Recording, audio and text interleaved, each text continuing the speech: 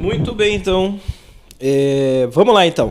Essa próxima pergunta é a pergunta da Vanessa. Alô, Vanessa, um forte abraço. Você não colocou o lugar de onde você mora. Fica devendo. Franco da Rocha? Alô, Vanessa de Franco da Rocha, muito obrigado aí. O canal Praça Virtual aí está disponível sempre que você precisar. E todos os telespectadores. Vamos lá, então, a pergunta da Vanessa, professor. Boa noite, me chamo Vanessa e a minha pergunta é: em relação à manifestação do Espírito Santo, em algumas pessoas hoje em dia, tudo foi o Espírito Santo que revelou. O crente hoje em dia, para te chamar a atenção, já fala que foi revelação do Espírito Santo. Vamos lá, a pergunta ela fala na sua mensagem. Realmente existe revelação espiritual? Existe mesmo isso? O Espírito Santo se manifesta para passar alguma mensagem para alguém nos dias de hoje? Essa é a pergunta da Vanessa, professor. Fica à vontade. Obrigado pela sua pergunta, Vanessa. Um grande abraço. Eu acho que, de novo, a gente tem que trabalhar sempre essa questão de conceito, né?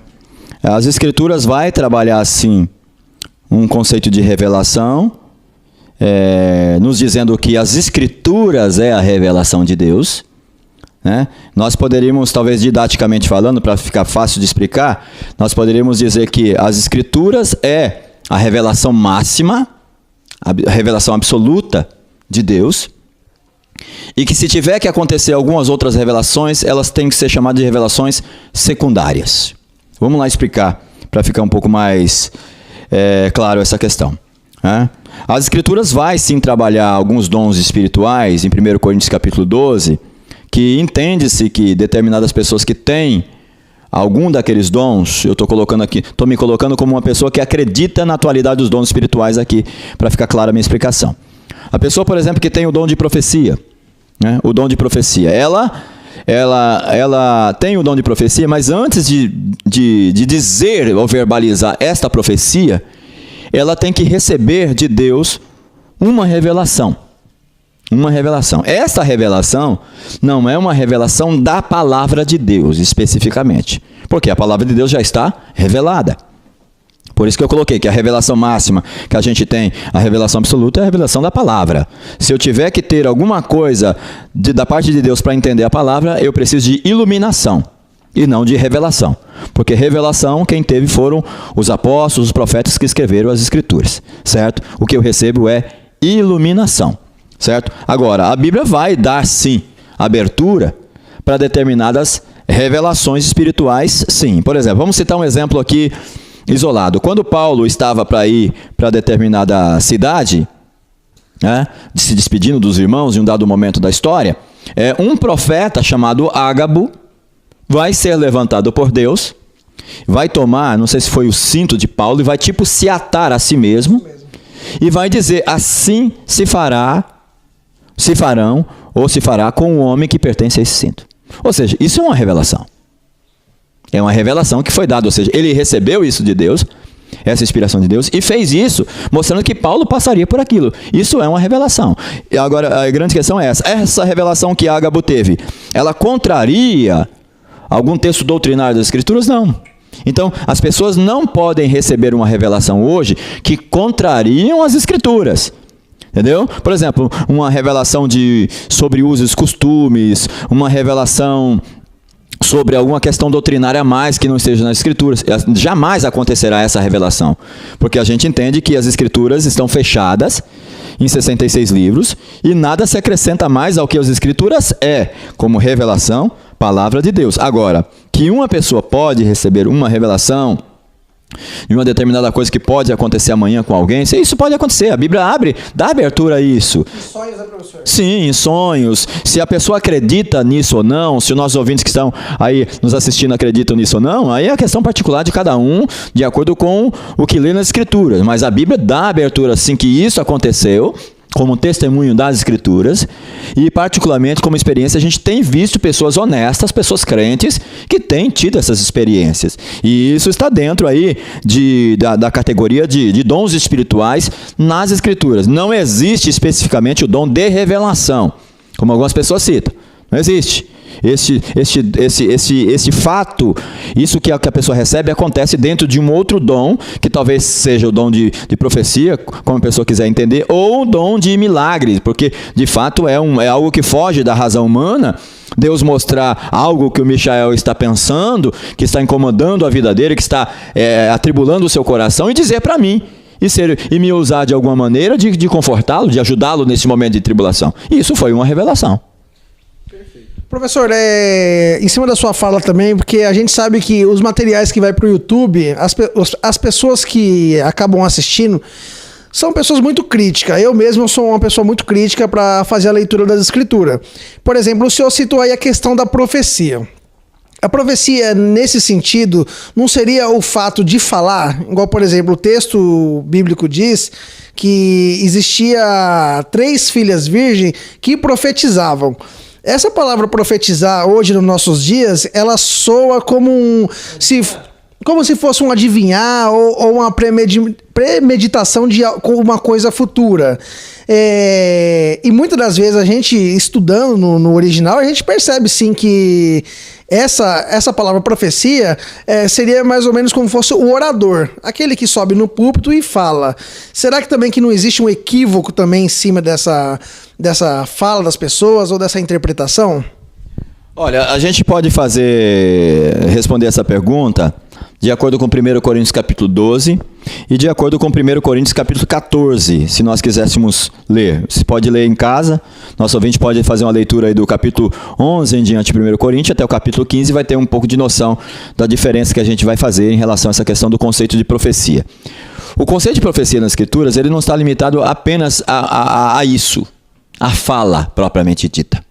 Né? Se a gente remontar no Antigo Testamento, havia homens que eram usados para fala,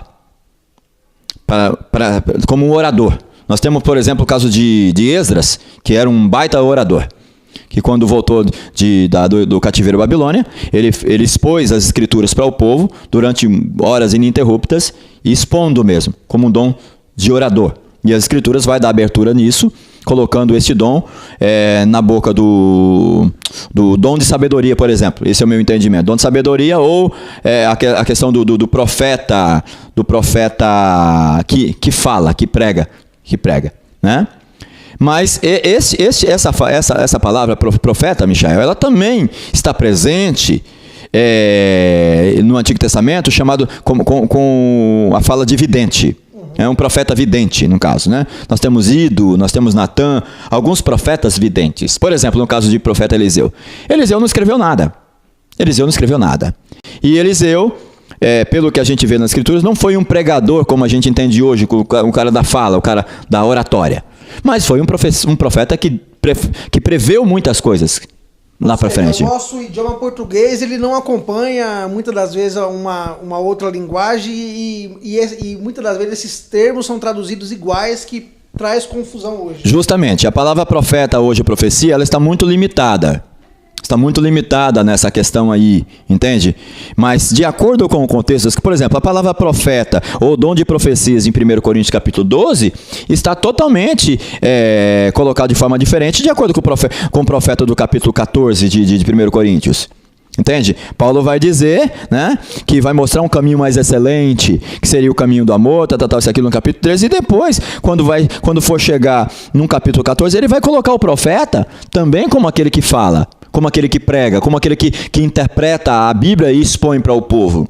Então as duas coisas estão presentes, tanto no Antigo Testamento como no Novo Testamento. Agora, infelizmente, se a gente colocar hoje, por exemplo, aquele camarada ali, ele tem o dom de vidente. Ele é um vidente. A palavra vidente hoje já não é bem-vinda, porque ela está por trás da questão da mediunidade, do espiritismo todo, e colocar isso para um grande seria, mas no Antigo Testamento está. Essa palavra está presente lá.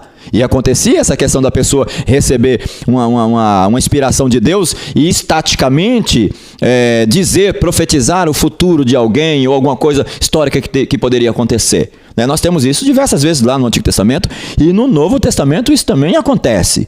Entendeu? Agora, a grande problemática maior que existe hoje, da nossa parte, que estamos aí lendo sempre as Escrituras, é ter acesso a esses textos de uma forma um pouco mais trabalhada, no sentido de interpretação, e saber como entender cada palavra, profecia ou profeta dentro do seu contexto, para entender a distinção que existe entre uma coisa e outra. Professor, com relação às atribuições dos dons do Espírito, a função do Espírito Santo. Pode-se dizer que o Espírito Santo, o Consolador, como atribuição, como função para nós hoje, está relacionada à questão da visão, da manifestação, de dizer para a pessoa, olha, não vai viajar porque eu recebi uma revelação que você vai morrer, alguém na sua família vai ficar doente. Isso entra na atribuição do Espírito Santo? Quando a gente vê nas Escrituras sobre as atribuições do Espírito Santo, entra essa parte de... É relevante isso para nós hoje, no quesito função do Espírito Santo? Olha, particularmente, como eu acredito na atualidade dos dons, para mim é relevante, mas não no aspecto místico, demasiadamente místico da questão. Eu sei que sua pergunta, talvez por trás dela esteja esse exagero que existe hoje aí, de muitos crentes, muitas igrejas darem muita relevância a isto, né?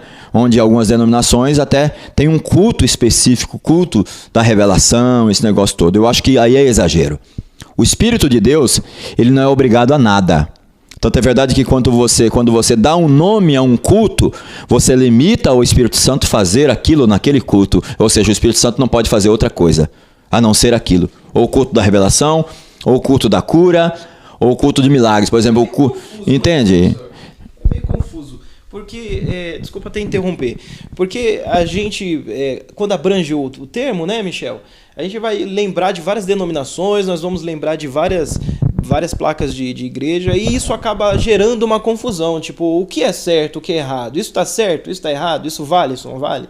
Então essa confusão aí é que muitas pessoas me abordam na rua e falam, nossa, Rogério, mas essa questão de ser evangélico, ser cristão, participar dessa religião é muito confuso para mim por conta disso, porque essa diversidade de entendimento do mesmo livro, entendeu? Sim. Porque a gente lê qualquer outro livro, a gente lê Karl Marx, a gente absorve o que Karl Marx quis dizer, uma coisa simples. Você absorve. Existe aceitação ou não daquilo que ele escreveu, mas não existe interpretações variadas. Com a Bíblia, de uma forma misteriosa, isso acontece. E é isso que as pessoas... até comento com o Michael. A Bíblia acaba sendo para os racionais... Para as pessoas que raciocinam, uma fábrica de ateu. É verdade. Uma fábrica de ateu. Porque a pessoa que raciocina um pouco fala, mas como pode existir tanta divergência usando um livro só? Né? Então, professor, essa confusão, o que o senhor pode nos dizer sobre essa confusão toda famigerada? Fechando a primeira parte da sua pergunta, a questão do exagero acontece justamente por falta dessa instrução em relação à Bíblia. A Bíblia Sagrada é a nossa revelação máxima, como eu coloquei. Uma igreja, ela consegue viver simplesmente com a Bíblia Sagrada. Ela não precisa de mais nada. Mas existe essas manifestações. Negar que existe seria negar o que as Escrituras dizem. Mas o problema é justamente como eu coloquei. Falta equilíbrio. Falta dosamento. Não é todo culto que a gente vai em determinados lugares que Deus terá que se levantar através de alguém e dar uma profecia para alguém, uma revelação para alguém. Porque isso, a mística por trás disso, acaba fazendo com que essas pessoas sejam muito mais espirituais do que os outros e de fato não são. Esses exageros, eu acho que são negativos, de certa forma, porque deixam de lado as Escrituras. Porque se Deus se preocupou em deixar tanta coisa escrita para nós, para orientar-nos no dia a dia, para que tanta revelação, para que tanta coisa assim que as pessoas inventam? Mas que seja possível, eu não duvido.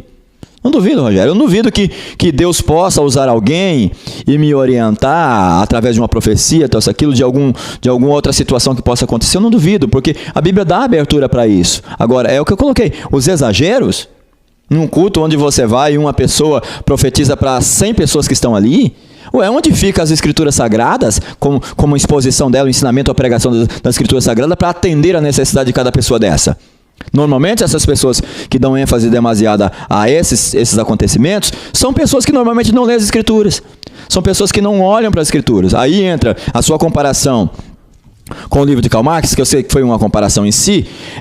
Acho que mesmo assim, não citando, respondendo o que você falou, sua pergunta no sentido raivoso, ou, no sentido de revanche, ou uma resposta dura em relação à sua pergunta, mas seria muito difícil comparar um livro que tem 42 autores aproximadamente com um autor só, que seria Karl Marx, certo? A gente tem, por exemplo, o entendimento da doutrina da fé na Bíblia toda. E são 42 atores aproximadamente que estão falando do assunto fé. Eu sei que a grande problemática maior, Rogério, que existe nessa questão que você citou, é a questão de interpretação.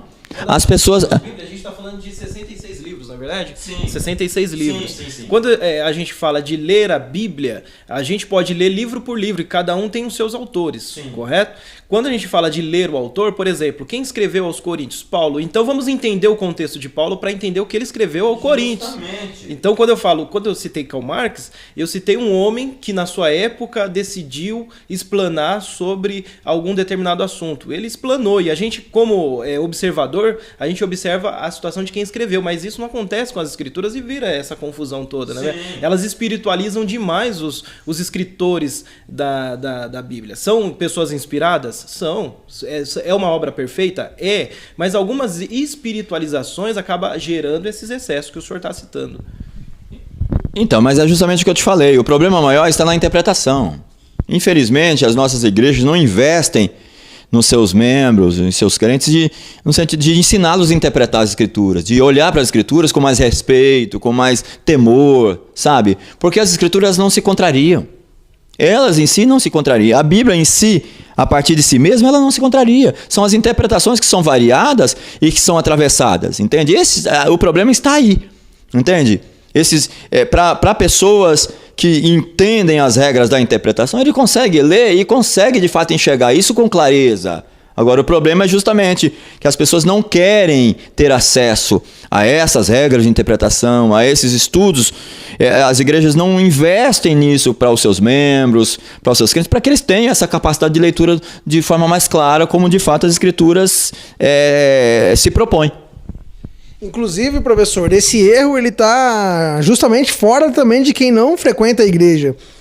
Eu cheguei a comentar com o senhor também a questão que eu estava numa conversa com uma psicóloga, e a psicóloga ela se indignava porque todas as vezes que ela abria o texto bíblico, caía em Jeremias e falava da tribulação, e ela tomava aquilo para si literalmente como se aquilo fosse para ela. Eu falei... E na nossa conversa foi falado, eu falei, não, o seu problema é muito claro, você quer levar um assunto que não é para você quer aplicar, e aí por fim, para resumir, para não tomar o tempo aqui, tudo se esclareceu ali e a pessoa entendeu. Então quer dizer, esse problema também não é só um problema de dentro da igreja, é um problema das pessoas de fora da igreja, porque eles veem na Bíblia aquela mística, né, de que a Bíblia é aquele livro de sorte, que ele tá numa tribulação, ele vai lá e abre, e Deus fala, né? Praticam bibliomancia. Bibliomancia, exatamente. Mas tem respaldo nas escrituras? Não tem. Para fazer isso? Esse é o grande problema, né? Você lê o texto, e o texto ele foi escrito para alguém e por alguém. E as pessoas esquecem disso. Então essa bibliomancia aí que as pessoas andam praticando é perniciosa e gera muitos equívocos, né? Vamos ficar atentos a isso. Obrigado, Vanessa, pela sua pergunta. Michel, pode fazer a pergunta do Cleiton. Nosso amigo Cleiton.